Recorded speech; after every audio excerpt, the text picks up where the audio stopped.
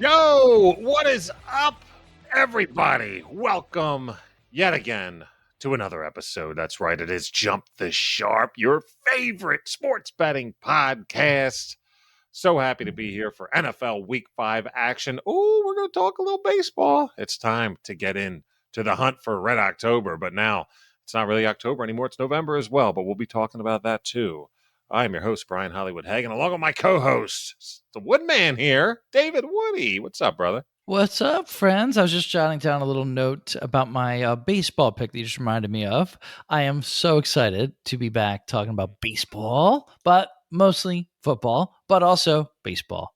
Giddy up. Our two favorites to talk about on this program. Our two most profitable, I definitely would say. Definitely. Although we've done well in hockey, too. Oh, and basketball, let's not, once sell ourselves short. And once in a while, those golfers come through when we need them. Oh, I forgot about the dimples. We've been having fun. The dimple balls have treated us well as well. Wait, that sounds weird. Oh. Well, I guess I'll just hit it now. To be hard. There's some hard balls involved in that. But nevertheless, at Jump the Sharp on Twitter, you know where to find us. If you're watching me and the Woodman right now, YouTube, you found us. Good job. YouTube.com. No, what? No, just YouTube. I mean, technically that works as well, too. Search Jump the Sharp. Please hit that subscribe button. We're trying to get to 100 subscribers. We'd really appreciate it so we can go ahead and make it easier for everybody to find us. Spread the word on that. And Woodman, boy, did we have a great show on Sunday morning. The Degenerate Dungeon live on Twitch every week, twitch.tv or your Twitch app. Search GCN Employee Lounge. We are for honestly the show. Having a blast doing that show. If you guys haven't checked it out yet, I really think if you're a fan of this show, I really think you guys like it. Absolutely. It's a blast. We had on world-renowned NFL fantasy sports expert, Paul Charchian. I mean, tremendous guest. He was great. I'll tell you what, I know the picks are not evergreen, but that show is, because Charch jumps on for the people of the Glass Cannon Network, the nation, the fans of the Glass Cannon, the nation there. He had his cool hockey jersey on. Yeah, it had something to do with something. It was a reference to like Call of Cthulhu or something like that. Yeah, right. Yep, big time. And my man, I mean, he's an hour back in Minnesota, and we went ahead because there was some active football going on. So we'll talk about what are we drinking. But we talked about what are we drinking on a Sunday morning, and if Charch didn't go ahead and ransack his fridge for a local Minnesota brew at just after 9 a.m. his time. Shout out to Paul Charchian. It was awesome. And we'll give some pub here too. GuillotineLeagues.com. Folks, once again, if you want to, it's not too late. You can always join a Guillotine League. It's an incredible format. We won't go into it too much, but it's really entertaining. You can always, honestly, and you could start one pretty much at any time in the season because you just start with however many teams there are weeks left in the season. So it's very easy to figure out, how many team league you're doing. Yeah. And you could do it anytime. And we are having so much fun. So interesting. Our teams are both, I think, pretty good. Very good. Very good. But like, shocker. Yeah, you might be shocked to hear. Yeah. But it's awesome. It's really fun. Yeah. And I mean, listen, like he said, every week, it's many teams start as weeks left in the season, but every week one team goes by the Hayside. Listen, they are Hayside, Wayside. Look, it's October. We're talking hay rides and Hayside, whatever. But their team is out, and they have no more responsibilities for the year because they are eliminated. It's like a survivor pool kind of deal. But their whole entire roster goes to the waiver wire. Hence, right now, Stephon Diggs, AJ Dillon, Justin Herbert are right now on waivers in our league. Pretty fun. Javonte Williams fucked over one of the cats in that league. Indeed. Sorry, Nathan, if you listen to this, but that was a bad L. But nevertheless, bad beats, they happen. Sorry, bud. It's only one way to get over bad beats, and that's put them down the hatch and make yourself feel better about yourself. And it is time. Go ahead. Just before we do that, just want a little pat on the back. There is. We got back to our winning ways. We did. It's worth mentioning off the top. Don't want to bury the lead. Yes. Don't want to bury the lead. Like, it was a really tough first 3 weeks. Mm-hmm. We got off the schneid. The dollar amount in our little accounts went up. Plus okay. 2.46 units last week. We're on the plus side. Almost 2.5 units. That's a really nice solid week. Just keep those going, and we'll be back in business before you know it, baby. That Eckler double unit special. And he wound up having 3. Wound up having 3, dude. We could have just round robin that or something. That would have been great. But yes, it is time. As you have already started with something hard, but now it's time to get something fizzy, right? A little bubbly. A little bit of the bubbly. It is time for. Oh, and real quick, as I hit that drop, folks, I understand the last couple of weeks the music and the drops have been a little low sounding. I don't know what's going on with our recording provider here. I'm going to try and fix it and post this show. Hopefully I did. Hopefully it worked. And you're like, Hollywood, we're good. But if not, I'll figure out something for the future, I hope. But nevertheless, I don't know what's going on with that. But we'll see. We'll see what happens. But it is time for what the Woodman and Hollywood are drinking tonight. I wanted to do something local, pretty local. We try to do that a lot on the show, although I don't always make an effort because I just want to do something interesting more. Totally. So. But I wanted to do something local, and I found this really cool one from Cherry Hill, which is no way. It's in Jersey, which is really just right across the water here, or water, as we say in Philadelphia. The river water. Yeah, the river. The Delaware water. It's kind of cool. I really like this can too, and it's but it's the brewery's called Forgotten Boardwalk, and it kind of has like a nice spooky, like haunted, kind of like, there's a black cat there. Forgotten Boardwalk kind of reminds you. 3 eyes on it. With 3 eyes on it, and it's got this little Johnsky on the back, which I'm not sure what that is exactly. Half bull shark, half chameleon. I don't know something what the hell. Weird. But this is an Imperial Hazy called Demon of the Sea. Look at you. You're feeling the Halloween. It's got this black can. Your second Halloween reference. It is. So I'm pretty excited. I haven't tried it. You could look it up if you want on the. I'm going to actually do that. Let's hear that. Let's hear that pop. But let's do. Yeah. Wow. Good, John. Let's see here. Imperial Hazy. That's typically your big boy. Yeah, man. 9.1 on the Richter scale. Oh, boy. Woodman's getting at it tonight. Look out. Couple units you make, and look, all of a sudden you can afford the pricey beers. Isn't that nice? Good pour, by the way, and nice color. Well, that's got like a little brownish tint to it for a hazy. It does. About that. Oh my gosh, that is a big boy, dude. That is a big boy. Okay. There's only one way to take the big boys. Okay. For people who are familiar with Mad Elf. Whoa! What? This has the potency and strength and the power of the Mad Elf, but it doesn't have all those Christmassy flavors, right? It doesn't taste like that, but it has the same. It's so thick and strong, like Mad Elf is, and it has a kind of an overpowering aftertaste of booze. It's boozy beer. Wow, it's. Dude, I'm gonna save one of these for you. Like, I think Let's go. You might really like this thing. And similar to Mad Elf, it also has just a little bit of sweetness to it. I'm not sure what that's coming from in there, but it has just a little bit of sweetness going on. Oh man, wow, boozy beer. Let's go on that way. That's a big John. Jeez, a 9.1, a booze tasting beer. My man Woodman is going to be feeling it today. We'll see, Kevin. Settle down. I'm going to go ahead and hit you with most likely. I mean, we told you before, I got that fruit pull out drawer in the fridge that is just full of pounders from random brewers that have normally one of each.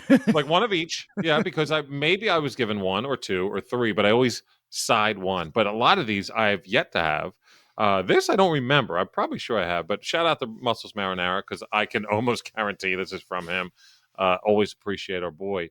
It's Other Half Brewing Company. We've said them ad nauseum. Hey, when you're putting out good shit, we're just going to keep touting it. That's You know it. what I mean? That's it. So other half, look, I'm feeling a little green. Our Birds are 4-0, the last undefeated team standing in your National Football League, They and look this is good, buddy. called, because this kind of hits home. It's Green Diamonds, it's called, and other half normally just had some kind of mosaic kind of action going on, so nothing too funky on that. But Green Diamonds, that reminds me of AJ Brown right now, and Ooh, even Jalen Hurts. I'll give him a Green Diamond right now, for sure. He's playing great, man. big time. Shout out to Hassan Reddick too for being the NFC Defensive Player of the Week. Let's pop this. Oh, that was weak. It hit like the brakes right at the end there, but we'll do a little Porsky. Let's go live on YouTube with that pour. Looking a little bright. That looks like what do we got here? 8.5. Oh, we're both going to be running a marathon by the end of this one. 8.5 on your scale. Ooh, look at that. Ooh, okay. This is looking like me. So look, you got that nice that's your orangey like opaqueness at the top, and then when you go down to the bottom, it kind of turns a little bit more clear. I'm not sure if I should take a spoon to this, but I'm not going to. It might have, some of these brews, when you're done, they have that residue on the bottom. Yes. And it almost makes you feel sick because you're like, should I not have drank that? But no, that's probably going to have some of that. It's an Imperial IPA brewed with Golden Promise malt and lots of Australian Galaxy hops. Good day, mate. This is going down the hatch. Let's go. Oh, boy. Whoa, what? Excuse me. About 3 or 4 different boomtown hits. Like, nothing about this is chill. Whoa. Zero. Like, it's not. I'm not going to say it's like boozy like yours. It does actually have an aftertaste of kind of like an easy bourbon, but okay. So, well, it is like almost 9%. But no, it's just so weird. If I had the Will Ferrell, but as soon as it hits your lips, it's got this like very fruity kind of action going on. Make a note of that. We need to get that drop. Yeah, I have other Will Ferrell drops, by the way. I don't know why I don't have that one, but nevertheless, it's very fruity right when it gets to you, but then immediately it changes. Let me go ahead and go. I mean, I wake up in the morning, I piss excellence. Yeah, it goes fruity. Then it goes like very robust. Then it encapsulates your mouth hole, and then it's like you can't just down. And then at the end, yeah, it's kind of got like I feel like I had something a little bit boozy. I think we got 2 boozy-ish beers here. Isn't that a term? This thing is like, oh no, bougie is the term. Yeah, beast, man. Oh man, we're putting on a couple loads with this one. We're celebrating. Look, we're not out of the hole for the season, but we done good. We done good, and we're on the right track. And normally, when we start doing good, look the fuck out. I especially tend to be really streaky. Like big I go time. On these runs. Another Will Ferrell fucking drop we could have done with the streaking. Jesus. You know what I mean? Let me see what we got here. That doesn't make sense. Yeah, okay. All right. Good one. It didn't for a while. But anyway, what we're here for. Make that fucking money. Let's go. You ready to make some dough? Yes, let's do it. I'm really fucking pumped to make some money. And once again, folks, Degenerate Dungeon on Sunday mornings. It's a live show. 3 hours or so before that first live during the London game now that they're doing that. But yes, about 3 hours before kickoff time. And we're given, for the most part, new picks on that show as well. So just to let you know, if you dig our picks, go ahead and jump over there as well, because we are. You can get more of them. Sometimes we'll rehash one if we feel really good about Could be. But no matter what, there's props, there's long shots, there's survivor pools. Like we're gonna no matter what, you have some new material, and also you got 3 other cool cats, that are rocking their shit as well. It is time for our picks of the week in the NFL Week 5. The season is 2002. That is also the year, as always. Batting first, playing center field, it is David Woody, the Woodman. It's a big, hairy American winning machine. So I sit down to do the DWE, as always, right? Yep. And when I'm finishing it, the last thing that happens is that I pull up the actual spreads and I write those down, and then I see which ones are furthest off, right? For sure. That's how I do it. Yep. This week, while I was looking at the actual spreads, I saw for the first time all of the over-unders. And one of them stood out like a sore thumb. That's just, there's something wrong with this number. And There's something OU wrong out of the with this gate number. with the Woodman. An over. It's an over. It's such an easy over. I think I know where it's coming from. I think the idea here is that because Teddy Bridgewater is so much more risk averse than Tua, that they just won't try to score. Like that the Dolphins' game plan will be to win this game while scoring as few points as possible. Yeah, no. That's the idea. Horse shit. There's only one coach I think left in the NFL who thinks that way, and that's Kyle Shanahan. The only coach in the NFL who believes that if his team doesn't deserve to win the game, if it's going to need them to score a lot of points in order to do so, right, it's Kyle Shanahan. Yeah, for sure. You can laugh. That's meant to be a joke. Although it's kind of true. He kind of thinks like, well, we don't deserve to win because we didn't hold them below 20, so fuck it. But like, all right, well, I don't think. Okay, fair enough. But make sure. But the Dolphins Jets. First of all, the Jets have been scoring a lot of points this year. They have, man. And the Dolphins really have too, with the exception of the Buffalo game, which was like such a weird game in every way, and which they won, which is so crazy too. But like that game you can kind of throw out. I mean, the Jets defense is not like Buffalo's defense, so I'm not considering that game. Right. But I look at all their other games, and I'm like, I don't see how both these teams don't put up like 30. Like, this is just, it shouldn't be 46. I don't know why it's 46. It's 46 even, huh? I'm gonna smash the over. Yeah, I think this game goes well over 50. It's even if 45.5 on FanDuel, brother. Great, even better. Smash it. 45.5. Thank you. Right, that change that. Yep. 45.5 official. But guys, even by the time you get this, if you don't, some people don't listen to this maybe till Sunday morning. If it's 47, 40, I'm still on the over. I can't tell you what to do with your own money, but you're listening to me for my opinion and my picks. And I'm telling you, I'm over. For me, it's over 50. This game's over 50. Look at the results. Look at the points scored in the Jets game so far this year. This is not a team that is capable of stopping anyone. And they actually can move the ball, especially in garbage time. The second halves, they keep coming back and trying to make it close. And actually, they're not that bad. And by the way, here's the other thing about the Jets I've noticed. All those, Flacco had 58 attempts and then 49 attempts, whatever. All this pocket passing, drop back, and now even Wilson too, right? Not a lot of sacks. Their line is kind of okay, I think. And it's enough. That's not bad. It's enough to protect them, to get the ball. These three if pretty Flacco was able to put up those numbers, a pretty good tight end and two pretty good running backs. Like, I don't know, man. I kind of squint and I'm like, I see like the makings of an okay offense here if they just had a better QB.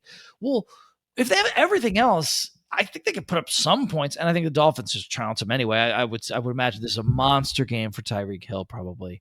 And honestly, Mostert looked a lot better. I thought he had 15 carries for about 80 yards, and I thought he looked pretty good in the game.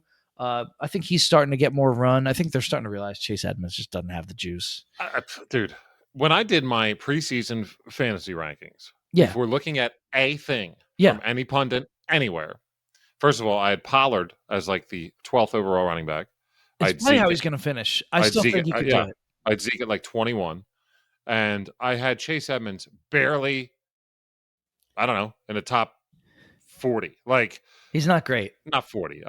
That's a lie, but definitely not in the top 20. And I had Mostert over him barely, but still, I didn't have any Miami running back sniffing it. Dude, for Edmonds to be a third round, fourth round pick or whatever, I was like, are you out of your minds? But anyway. Yeah, well, you were certainly right about that. But the point just being that I thought I saw enough from from the Jets to give them a little bit of life here, which is going to easily hit the over because we know the Dolphins are going to take care of their half of that 46, right? Yeah, we I know agree. they're putting up 23 points on the Jets. They're probably putting up 35 or 40 points maybe, Man, right? you are so awesome at what you do for this show because once again, and I know everyone's going to give a shit. You did it last week, boys, but we don't pre-produce a fucking thing. Okay. And I'm not necessarily going to go. You know what? I'll save it because I'm going to go in order. I will go in order. Is Okay. that? Do you want to wrap it up on that one? I'll give you my my I'm wrapped. first pick. That's all I got. Just give me the over. It's easy for me.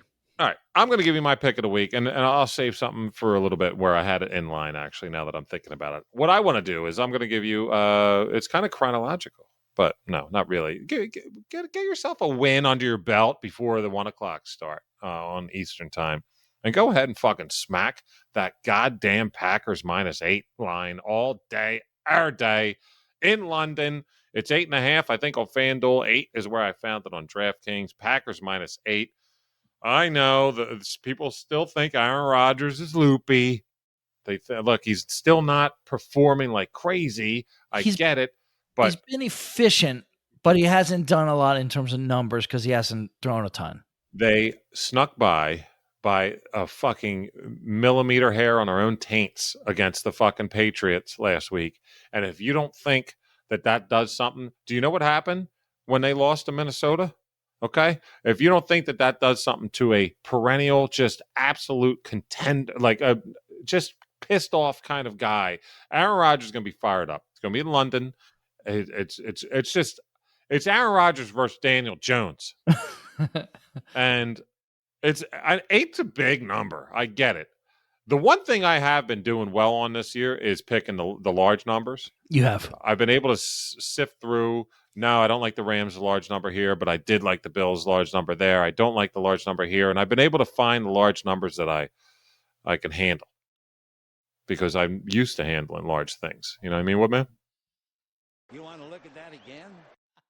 Packers -8.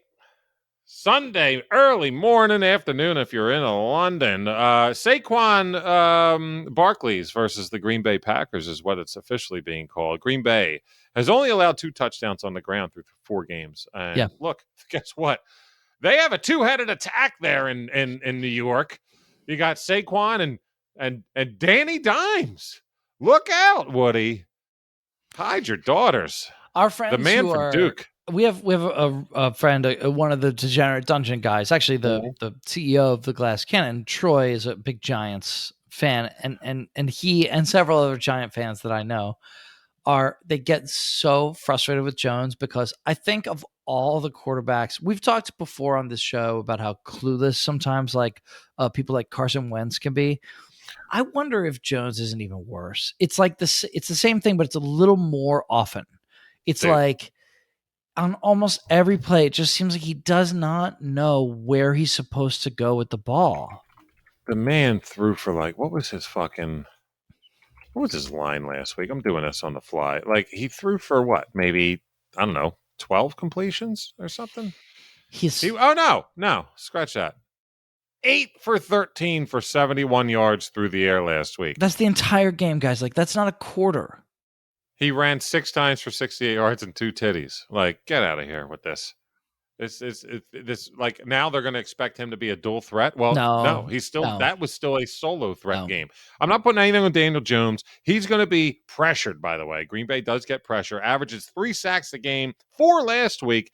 In 16% of the snaps last week, they sacked a New England quarterback. I am not worried about this Daniel Jones rushing shit. Yeah, Saquon, great, but you don't think honestly, first of all, they have no weapons other than Barkley. Like zero. They sure don't. And even if they did, I don't think Jones could get it to him.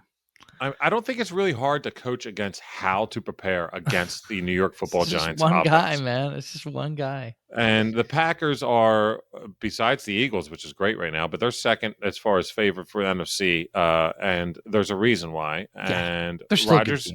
They are. And Rodgers is making something happen with a core that isn't so hot, but you got Jones and Dillon back there. I do like Dillon having a game here too, by the way. But Just give me the Packers -8 because what's going to happen is they're going to go up 7-0, and then all of a sudden -8 is like, well, it's actually -1. I saw some real quickness and athleticism from Romeo Dobbs that I was excited about in that game. Totally. I saw the size and kind of red zone go up and get it toughness of Alan Lazard that I think can play, right? Yep. I see enough here to complement the Aarons and AJ. Yeah. I see enough to complement them on the offense that like it can be enough. And then I do think that defense is still has their best days ahead. I think that's a good defense. Agreed. With their So best give me days ahead. Packers. Give me Packers Love it. -8. Love this pick. Let's go, baby. Absolutely. Get a win in London. All right. I'll take a favorite too. They're a narrower favorite, and they are. It is a divisional game, so that makes you nervous. Yeah. But you know what doesn't make me nervous? The home team that's just clearly better. If you've watched both of these teams, and I've seen a lot of both of these teams' games, they've both been on a lot national TV this year. And the team I'm taking is home. They're the clearly better team, and they're only -3. Oh, well, then I can't guess. Is it the Baltimore Ravens? It is. Wow. It is. I was shocked by this, weren't you? I wrote down, what did you think this would be? I think there's a lot of tumult going on right now with the Ravens and the team because I think it was a Peters or one of their secondary came in hot and got in John Harbaugh's face, and like people will throw a lot of fire at that, being like, oh, but no, normally this week was probably I really like this pick is what I'm saying. This week was probably a big come together for all that shit. Let's get this shit straight. Let's go beat that ass. I guess I saw the end of the Ravens-Bills game. I saw the looks on the Marcus Peters' face, J.K. Dobbins' face, they're not tired Lamar of losing Jackson's like that. face, and Harbaugh too, right? Yep. And the way it went down. I mean, the truth is that they played great, and Josh Allen's just too fucking good, And Amazing. And I think that they're really upset. And I was just doing the DW. I hadn't looked, right? So I wrote down Baltimore -8. Whoa! I mean, they're at home. Total disrespect. Well, the Bengals have been so bad for so many games this year. They just don't look like themselves at all. I know they did. Well, what are themselves though? Well, you know what I mean? Well, exactly. I mean, 1 year. What's the fraud? Is this year the fraud, or was last year's playoff run the fraud? Right. I think I'd probably come down on the side of last year's playoff run was the fraudulent version of the Bengals, right? Well, we all know what I said they were going to do last year. You certainly did, but and I think we were also both a little skeptical of them this year. Even I want to give them their props for what they did last year, and especially Burrow. He played his ass off. He's a leader through a lot of pain and injury, and he was a tough kid, and he does a lot of things well. I don't think there's anybody that leads by example more in the league than Joe Burrow. Right, and I wouldn't have said that a year ago. So major props, and I will eat crow on it. And I'll also add that I think that Chase is much more of a game-breaking monster talent than I thought he was. I didn't realize he was this good. I did not. And T. Higgins is also very good. He is playing his mind out. Wonderful player. God. Excellent receiver. Anybody would kill to have him on his team. So I'm not slagging the whole team, but there's a lot wrong with them, right? Mixon is smashing himself against the rocks because they can't run block because they're small. They're really small up front, right? The line ain't looking like people thought. It's not a good line, and they can't protect Burrow either. They're just not good enough, dude. And then their defense really has not been. They haven't been shutting people down the way that they expected to. They had a great game against Pittsburgh with Mitch Trubisky playing, his worst. I mean, the absolute worst version of him. Which is awful. And they weren't necessarily that barely won that game. Over. Yeah, right. That wasn't over by any means. Look, it's a bad team. They're going on the road into Baltimore to a highly motivated and now getting healthy. Also, Dobbins getting healthy, I think, is huge for that team. Yeah, definitely. Boy, I wouldn't want to go into Baltimore right now. -3. Give me the Ravens. That's an easy one. Beautiful. Beautiful call here. You know what? I really think we're back because I'm feeling these. I got to admit, I'm not going to lie here, ladies and gentlemen of Jump the Sharp. couple The times first this couple year, weeks, you were like, I was just, Woody. I'd be like, I don't know, man. I don't know about these, but He I'm on would, board he with would tell me both. afterwards. He'd be like, I don't know. Are you sure? I was like, where'd you come with those? Like, you sure about all them? Yeah. But yeah, I'm feeling these, and I'm liking it. This is giving me some good vibes here, Woody. right, And let's good. keep going with it. And here's another one. This is like not like I'm not bringing you the comfy picks. I'm not. You don't want to lay 8? Fine, whatever. I'm laying it. You don't want to lay 5.5 for a mediocre team? Come on, guys. Well, I'm doing it. You know who that is? It's the New Orleans Saints.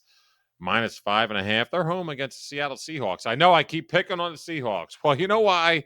Because they're overachieving out of their fucking assholes They really are. like crazy. All right. This was actually one of those where the line told me something.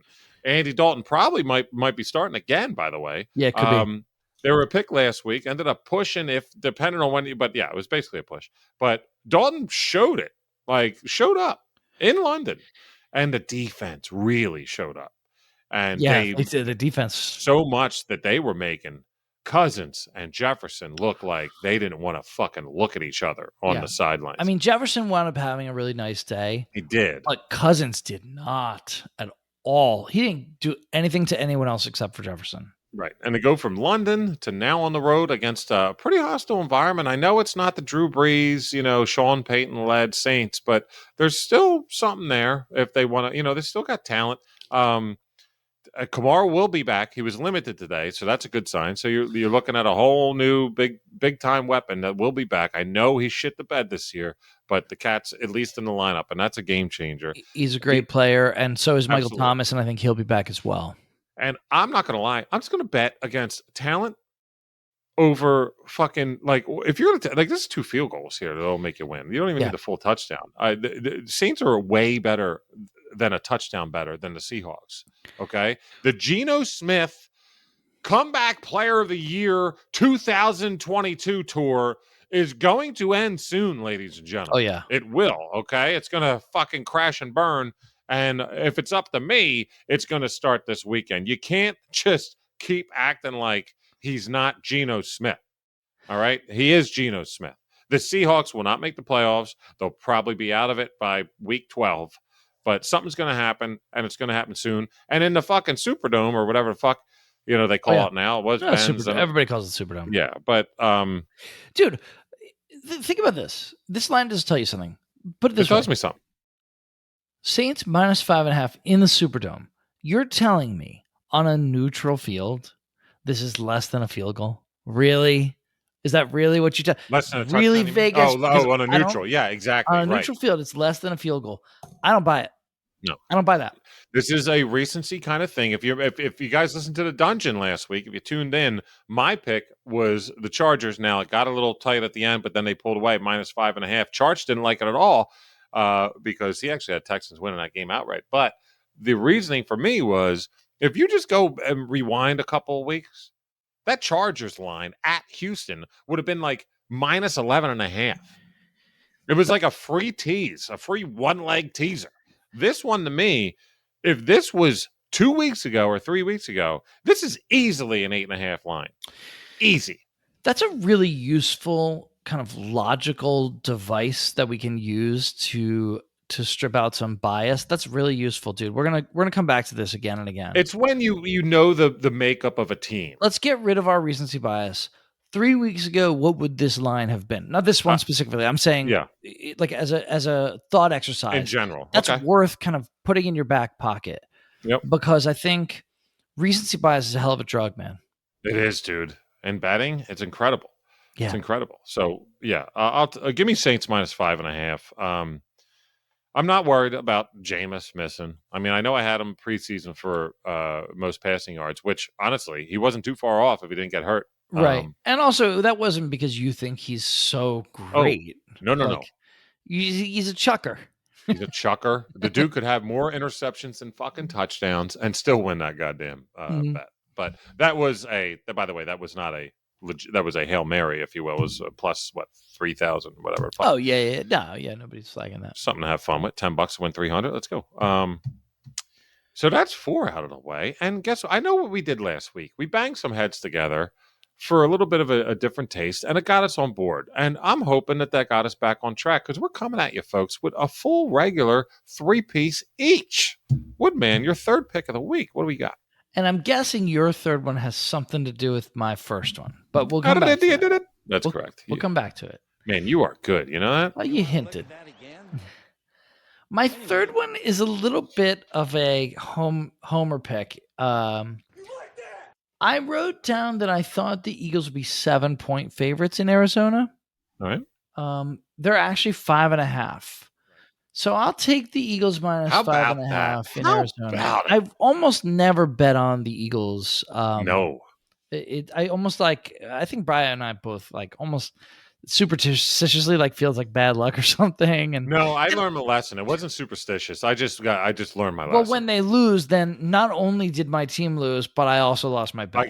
It's a double whammy. I'm not a bad loser in general, and when it's like a double feel, fuck no. Right, it's a double loss. So yeah, there's a good reason not to do it, and in general, it's probably a wise policy to just not bet on your own team because of that you have biases, right? But in my case, it is. In my case, I don't think that's a problem. Some of the Eagles' best players this year were players that I've been quite skeptical of on this show and otherwise. Jalen Hurts, I've been really, really skeptical of him. His 2 best games of his career throwing the ball have been his last 2 games. He's been on point. AJ Brown looks like every bit of a beast that he did for Ryan Tannehill. version 2. He's a monster. He's so good. And he loves playing. Darius Slay was a guy I was really critical of several times last year because he did cost us. Well, he cost us 1 win for sure because he was trying to do that thing that star cornerbacks do, which is trying to get the ball. He was doing the Diggs thing, the Trayvon Diggs, right? The ball hawk thing where I'm trying to jump the route. That's and guess what happens sometimes? Sometimes you guessed wrong, and the route is behind you. And it is over, and it is a long touchdown, and your team loses the game, right? So that happened once last year. I wish I could remember what team it was against. I'm sure you probably remember. Well, it might have happened twice, matter of fact. Was really pissed at him, but he's a great player, dude.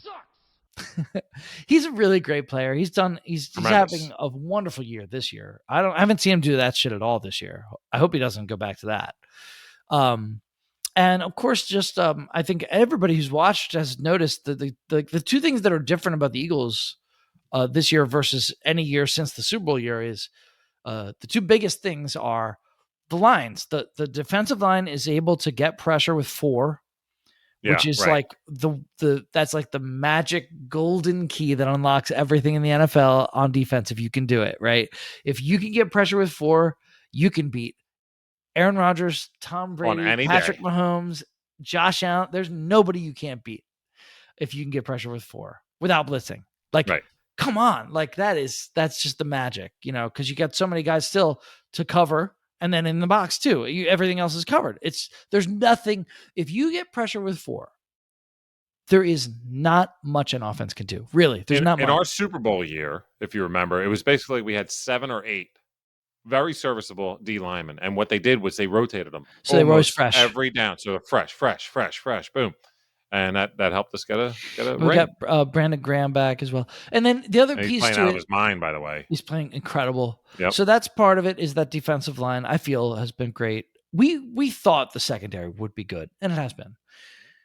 The other piece that's different than last year and different than the last several years is the O-line. The O-line coming into this year was expected to be very good because we're getting back some folks that have been injured and all that. Some folks. It has been wonderful. It's been excellent. They get push on the runs and they protect Hurts when he passes.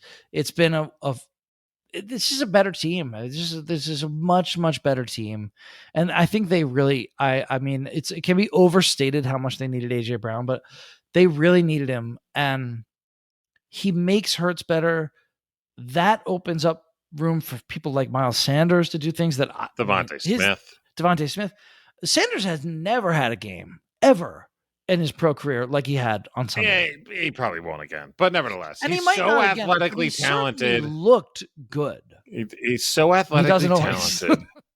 They just don't know how they haven't used this guy correctly for years, but It looks like hopefully there's some game plan on doing it and more in the future because Well, what we'll they called see. last week worked. And then I'll just say a couple words on the Cardinals. I think everybody can see that it's a broken team. You could see even in their wins, they look awful. Murray, I don't know if he's in his own head. I'm not sure if it's I think Cliff Kingsbury is probably the next coach to get fired. Oh yeah, the bitch.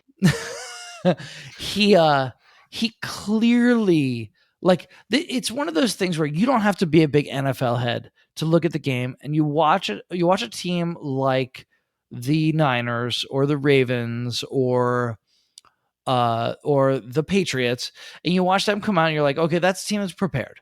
They were ready for what was about to happen. Prepared. Right. They got beat because they don't have enough talent on this, X, Y, or Z play or this side of the ball, whatever it is. But they came out and they were prepared. Every Cardinals game every time I turn it on, even highlights, I'm like, that's a team that's just not prepared. Like, I don't know what is Kingsbury doing? Like, he doesn't seem to have any plan at all. Mm-hmm. It's a really bad team. They're like they might be in free fall pretty soon. Do you know who Cliff Kingsbury coached in college? I have no idea. He coached a gentleman by the name of Patrick Mahomes. So he's used to that, and he brought that to the NFL. And they had a similar style offense, obviously, at Texas Tech. And he brought it to the offense. And what happened? Boom, bang, oh, the new toy. Got this little young whippersnapper out of Oklahoma. Could have went to the MLB. Yep. He's so talented, but and it was like a shiny new toy, and you play with it for a year and a half or so, and it looks so good. But guess what? The NFL always, always, always does. It adjusts. It adjusts every fucking time, of course. And if you cannot make your shit evergreen, you're out, baby. Eventually and quickly, before you know it, you're gone.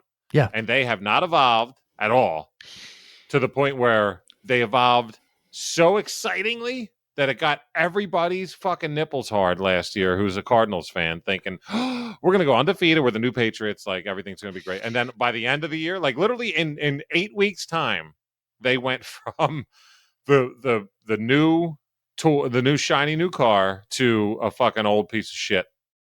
And they haven't yet to recoup any part of that scarcity, where people be like, oh my God, we're playing the Cardinals. They can't adjust to the adjust. Yeah, right. They can't readjust. They can't readjust. They can adjust to readjusting to those who adjusted. I love what you said about that, about the adjusting. And I think the nay plus ultra kind of example of it in the NFL is Chip Kelly. Kelly, man. I mean, he came out and never hit. It was unbelievable. It looked like it could just but wreck it the barely league. hit. Well, barely. It was the new opposing thing. Players needing to get oxygen, but that was quicker. 40 points, and that was quicker than fucking this. So it was quick. It was quick, but that's why I'm saying that's like the most extreme example of it. By the way, I'm not going to sit here and point fingers. We might be dealing with it now in Philly, but I feel like I can't believe how much I've come around on Sirianni and his approach. It's very refreshing, but this is different. This isn't the Kyler Murray Cardinals of a year ago that went 8-0 are not even fucking close. And I'm not saying they're not as good. I'm just saying, like, style-wise, maybe longevity-wise for the league. The Kyler Murray throwing to a DeAndre Hopkins and Christian Kirk, that works for a little bit.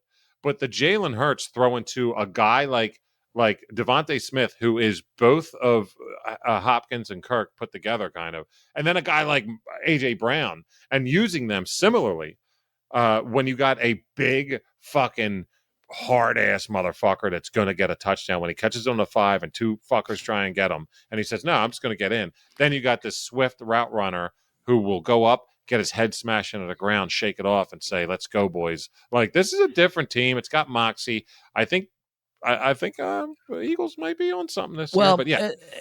Also, just again, to go back to like something that I say all the time on this program, like, or I've been saying. I think it's this. Give it to me hard. I really All the think time. Couple times well, I think the more that I watch the NFL and every year I kind of get more convinced of this. It's like one of those old school truisms that goes like it sounds like something like John Madden's like dad would have taught him in like 1940 or something. But like like honestly, the more of the NFL that you watch, the one thing that just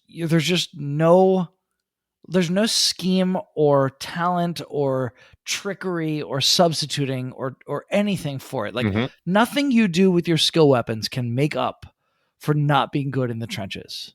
Totally. Like teams that are good in the trenches are just really difficult to beat.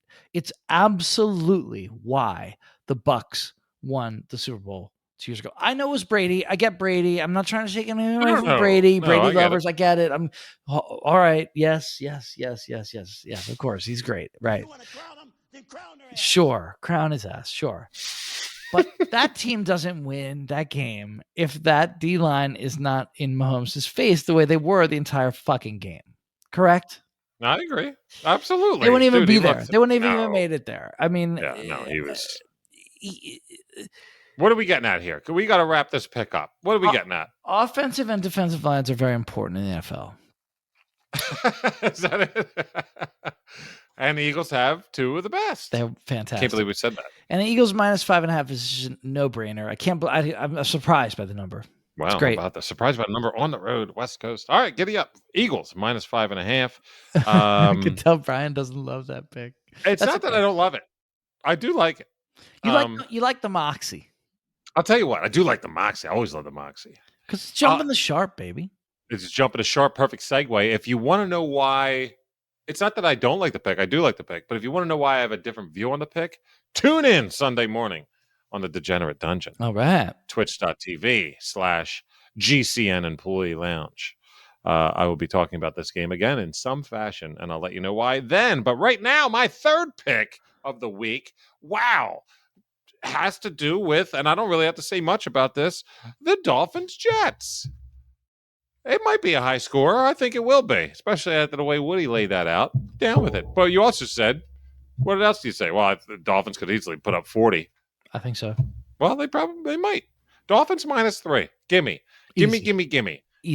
Gimme. At the Jets, okay? Yeah. Thanks for the free shit. You know. I feel like everything's come full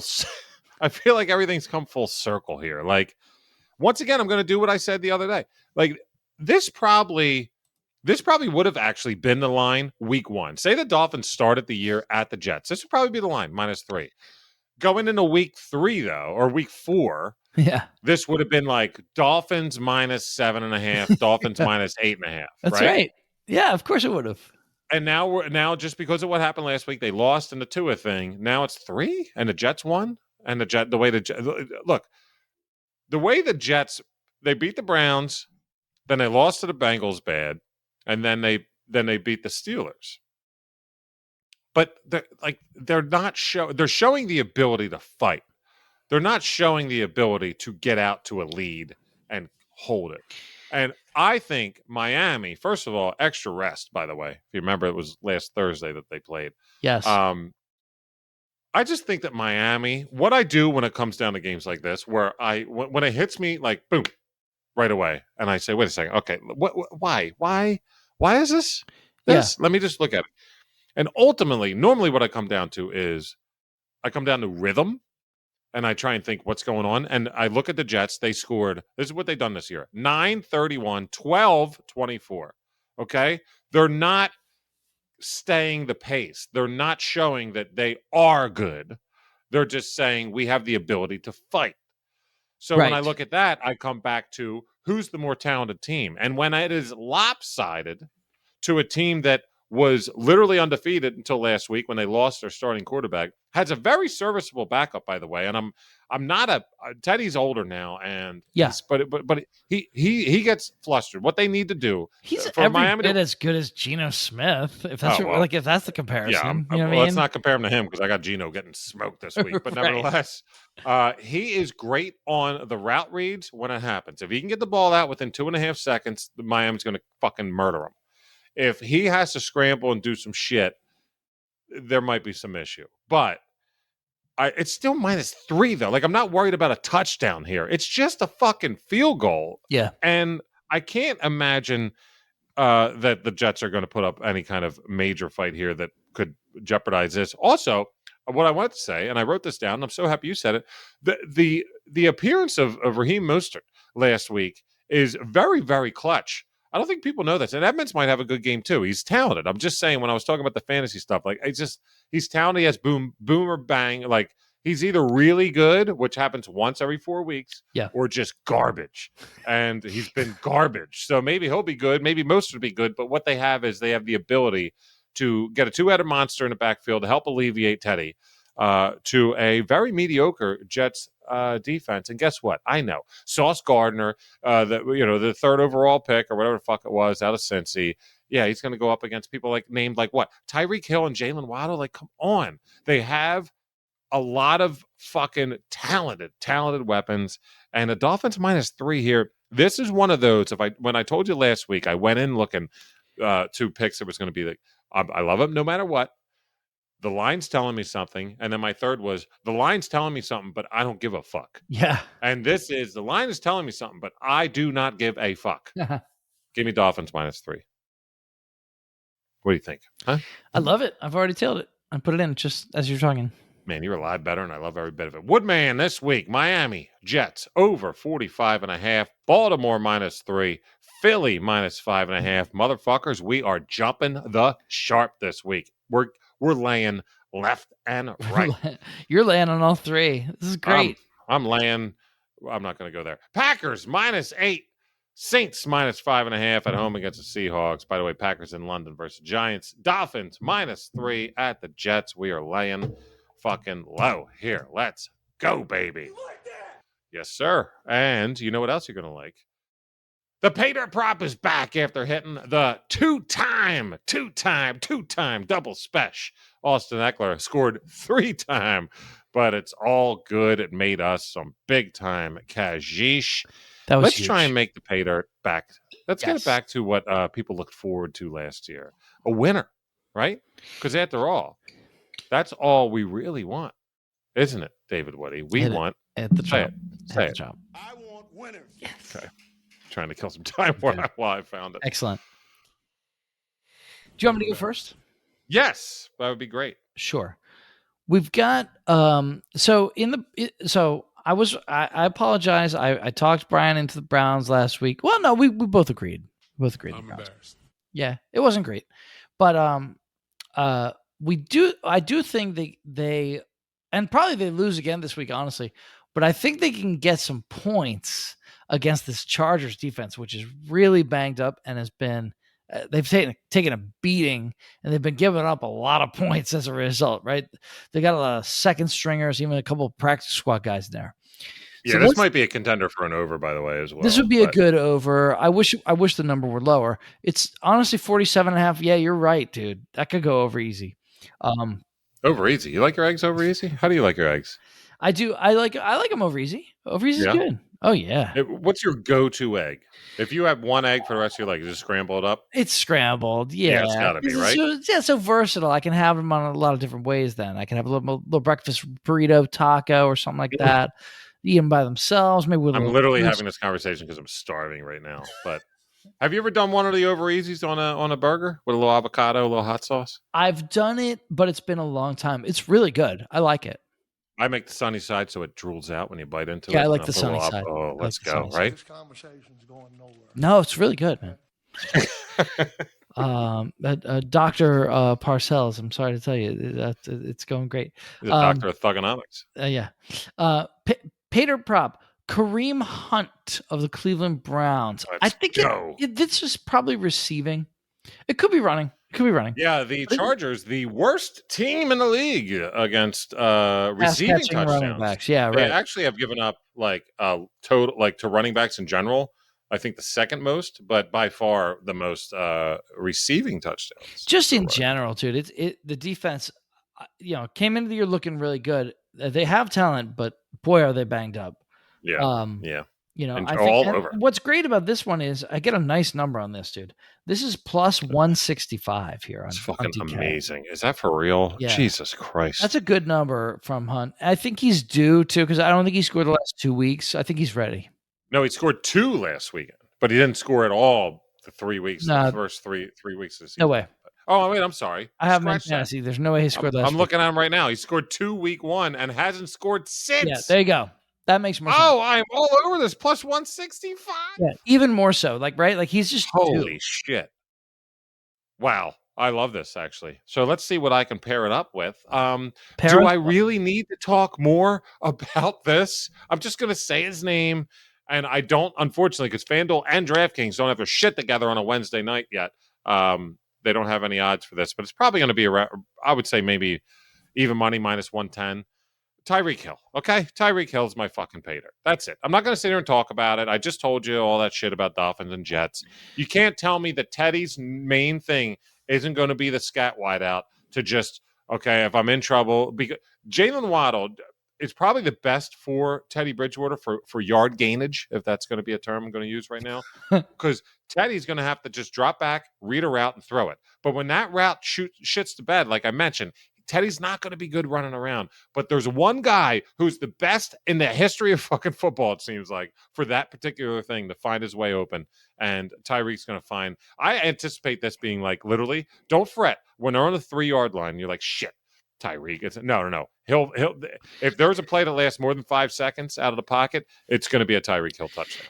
I find that people only think of Tyreek. They think of Tyreek Hill like he's like Deshaun Jackson or something. Yeah, from his prime. Tyreek Hill, even at his very, very best, like when he was just like wrecking the league in Kansas City, a lot of those touchdowns were little 8-yard slant.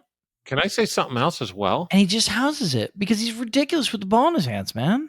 I don't know if I don't think that they have this, because I couldn't find the over or under for these kind of yardage before, but a Tyreek Hill rushing touchdown would be a nice prop to bet on. But that's applicable as well. On the fucking 18-yard line, you do a little end around the reek. Paydirt still hits.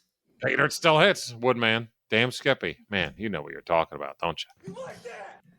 I do. I do like these. Thank you, Kirk. Tyreek and Kareem.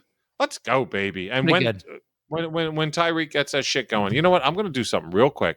I'm going to look up what let's say. I have a calculator here that you could. You know what? Fuck it. I'm not going to waste the time right now. We're having fun tonight. What I was going to do was do a prospected what the parlay would. I'm definitely taking Reek by himself, Kareem by himself, and then a parlay. Let's just have that be known right now. Fair enough. The easy teasy is shit in the bed, and I cannot I'm so angry by it, but it should have hit last week. But before we do the teasy, I'm not shying away from teasy. As a matter of fact, I'm going to do what I guess what you would call, I don't want to downtrodden it. I don't want to say like last ditch effort, but the teasy is going to be shelved for maybe a week or two if this doesn't hit. And I'll tell you why. This is going to be like the grand finale at the fucking Made in America special in Center City, Philadelphia. Teasy. Okay? We'll see if it hits. I'll tell you about it in a minute. But we have something we want to talk about. We're having a good time on the show tonight. And there's like the way, like the weather right now, it's been rainy as fuck. But sure has. Right before it was rainy for 4 days here in Philly, it was like the most absolute perfect fall weather. Yes. That reminded you, yes, of football, but it also reminded you of playoff baseball, baby. Let's talk some fucking MLB playoffs. Woodman, I don't even know. Like, I haven't looked at anything. We do a couple of bonus picks, or you don't have one, or take the floor, my friend, and if you don't mind, because I normally don't interrupt you or chime in, but if it's okay, I might do that here. Yeah, you should feel free to chime in. You never ever do that. Well, I'm a weird guy. You definitely. Now, I'm interested. No, where you've never interrupted me before, so I'm sure you won't begin now. I'm embarrassed. What do we want to talk about here when it comes to baseball? I feel like I'm going to yet again be considered a homer for this. But if you look at the numbers, right? So on DK, here I'll do this live with our listeners, right? If you guys want to log into DK, I'll give you a second. Okay. I'm sure that was long enough. And you and you go to MLB, right? Click on the MLB tab, and then you're going to click on wild card series props. And You there just are cause somebody to get into an accident. no, I don't think so. And there are only 4 of them because good lawyer? there's 4 series, right? Yep. And I think if you look at this, you're going to see immediately that there's one number that jumps out at you as this team has a realistic shot, very realistic shot. I know exactly because you love this team. I don't know. You were going to say the Rays. It's not. Okay. Wow, that's incredible. No, You're so good. No, I do love the Rays, but no, because I think the Guardians have played so well this year. Yeah, it's really tough for the Rays here on the road. No, it's the Phillies. It's the Philadelphia Phillies at plus 115, which is a really nice number here. First of all, they beat the Cardinals in the season series, right? Mm-hmm. They beat them.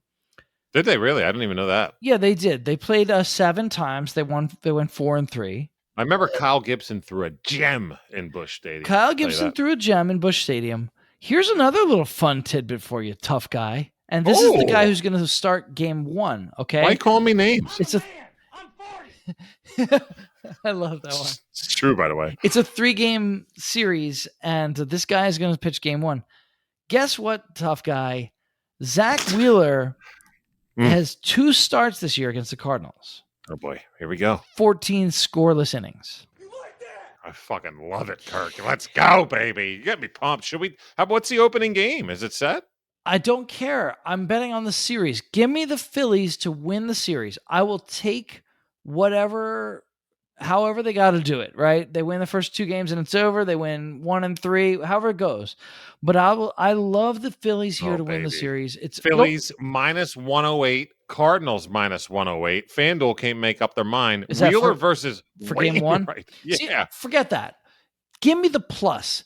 Give me the Phillies at plus 115 to win this series. It's a 3-game. Well, if they win game 1, it's let's best go. out of 3. Mm-hmm. I think they'll win game 1. I really do. Right. Yo, big ups to the Major League Baseball for making this happen the correct way, not the stupid ass playing bullshit game. 100%. And this is the way to go. This you is make the such playoffs, an improvement. But you play 3 games on the road. Correct. Please leave it like this. Like this is tremendous. Such a huge improvement over what they've had. Long overdue. Great Long call. overdue.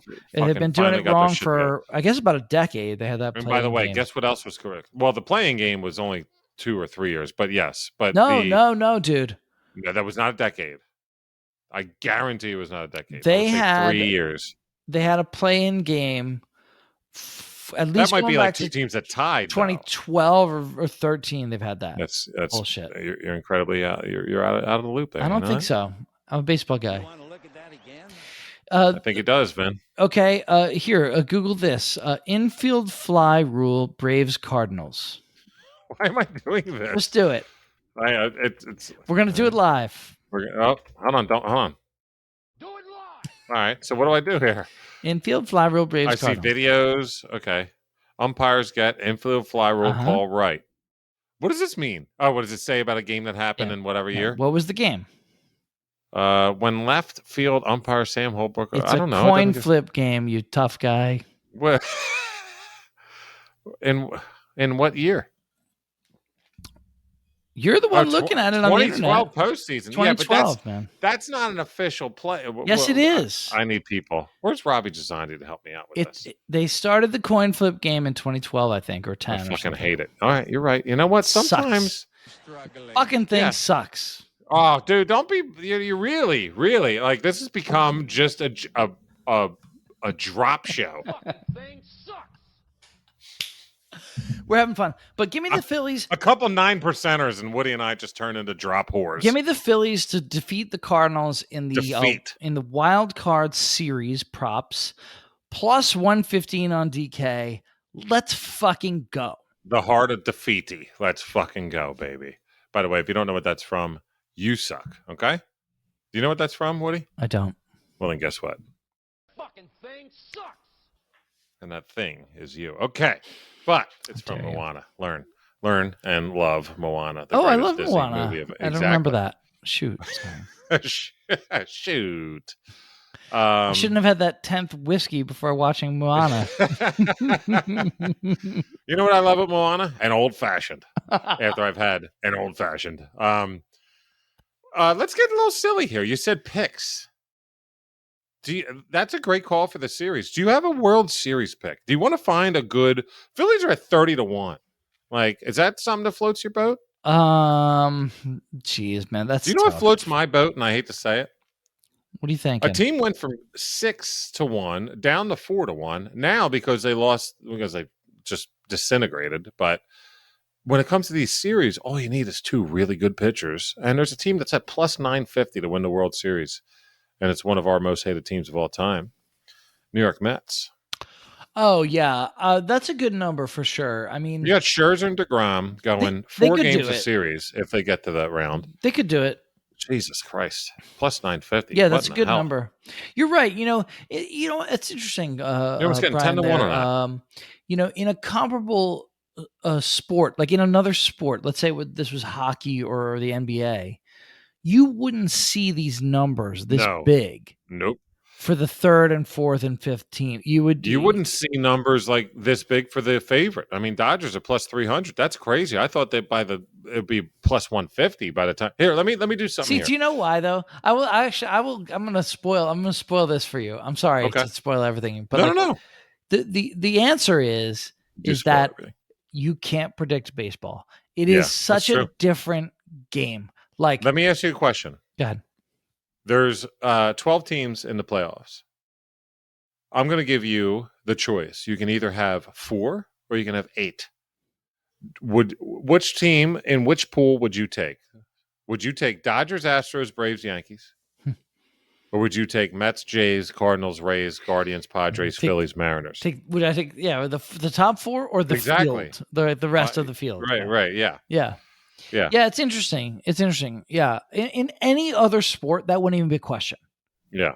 Right. You just take the field. It's not a question. Yeah. In any other sport. No, you would take football. The favorite. In any other sport, you would take the favorite. Come on. How often does one of the teams at the start of the playoffs of hockey or basketball? Even you know what? You're right. Any more in sports? That's totally the way. Any more in sports, you'd be a lunatic not to take the top 4. In the NFL, come on. The playoffs are starting. You got the top 4 and then everybody else. You'd be a lunatic to take everybody else. You'd be a lunatic. But in baseball, you wouldn't be a lunatic. I don't know. Like, I'm not sure I have an answer for you, but it's the fact that I have to think about it like this shows you that baseball is different. The one guy on ESPN has the Mariners losing to the Braves in the World Series. The Braves have one advantage over everyone, which is they're defending champs, and nobody believed that they could do it again. And for most of the year, it didn't look like they were going to do it again. They fucking and fired now up. They're hot. So that's a strong. They're in a strong position in that sense. I can't. All right. I'll tell you what. It's never smart to bet on any team to defend their championship. It's just a bad bet. It's a bad bet. You're right. You're right. So I'll remove the Braves from the equation entirely. The Yankees should. I don't see that happening either. I don't see it happen. I just worry about some great pitchers shutting down that offense, for a series. And I think it's between Dodgers, Stros, Mets, and I don't know. That's it. Dodgers, Stros, Mets.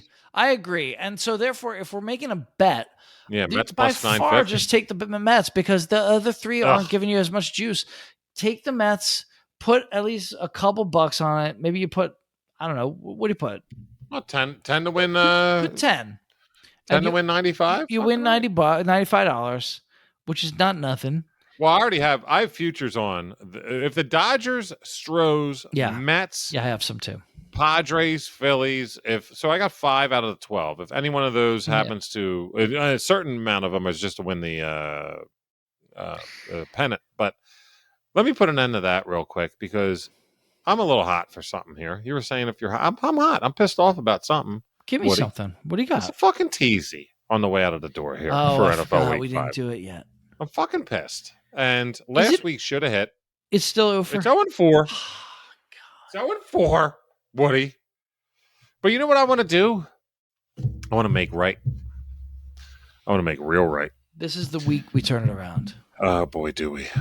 You know what I'm going to do here, Woody? And Oh, this is no. probably, yeah. Oh, God. I'm going to almost make it right in one fell swoop. Okay? Ready for a plus 350? 5-leg teasy? Come on. On DraftKings is where you find it because FanDuel does you dirty on teasies. I'm telling you, this is like a plus 265 or something. Always tease on DK. Their teaser juice is so less, it's incredible. Let's get off to a nice little early start here. Thursday game. If you hear this in time, if you should do your homework, when that Jump the Sharp pod or YouTube video falls in your timeline, your feed, whatever, and you don't listen to it right away, well, this is your punishment because you would have already been one leg up. That Colts Broncos game, I know Broncos have a pretty good defense and all that, but I mean, and I know Jonathan Taylor ain't going to be in the game too. Oh my God. Well, guess what? The fucking over-under is so low anyway. Tease it over. You can get it over 35.5. It's going to happen. That's the first leg. And by the way, if you really want to get nuts, you could just literally tease all my fucking picks, which I haven't. I don't think you can tease more than 6 legs. I think it is, but I did do a funky one. Nevertheless, I also have an official. This is a half unit. All right, I'm not doing full unit like I normally do because full unit be crazy on this. Half unit for me would be a 50 piece, and I've already done it. Indianapolis, Denver over 35.5. Okay. Tampa minus 2.5 at home against the Falcons. These are all lines that you could be like, it's a kind of big line, but I'm not really sure about. Now let me tease it. I'm sure about it. Tampa's going to beat the Falcons. They might actually fucking. That was one of my. It was Tampa and Green Bay. Like, who do I? Because now Tom Brady's going through the divorce and shit, and there's no way that he's not. Like right now, it's officially they're getting divorced, and I think that everything hitting the fan on the news sites and everything with him. I think he's the type of cat that takes us to the ball field, and I mean, it's going to be hard for me not to actually. He's going to take it out of him. Yeah, yeah, it's -9 right now. I think that might be a pick of the week too, but nevertheless, just give me Tampa minus 2.5. Jags, a very talented team, very well coached, coming off a loss against Philly, which they showed their fucking ass in a good way. They got a good ass, all right? So they're really at nice. 7. Oh, I forgot to mention. Here's the reason why it's plus 350 and not actually plus 400. I'm taking the extra point. Or I'm sorry, I'm taking the extra half point. This is everything was a solid number. All of these legs were a solid number.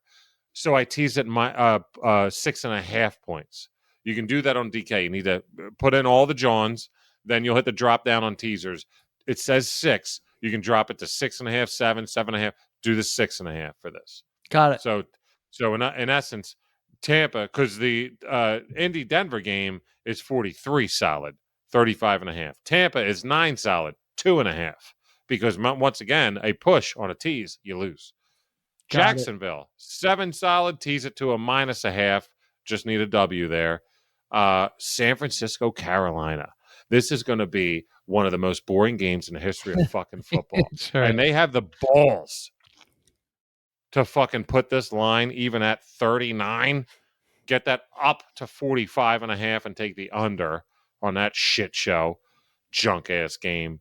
And then KC on Monday night. They're 7 even. Let's take that down to just a W. Is that Monday night? Yes, Monday night. Yep. Yeah. KC home against the Raiders. Oh, I should have said, I'm sorry, when I made my pick, the Ravens game, it's actually Sunday night. I should have said. Yeah, no, it's a great call because it's something to look forward to. And I really like the way you put that out there because I'm big time excited. A 5-legger easy teasy. Indy Denver over 35.5. Once again, tease this shit at 6.5, ladies and gentlemen. 6.5 points, tease that. Tampa -2.5, Jacksonville -0.5 point, San Francisco, Carolina under 45.5, KC -0.5. I mean, you know what that pays? Plus 350.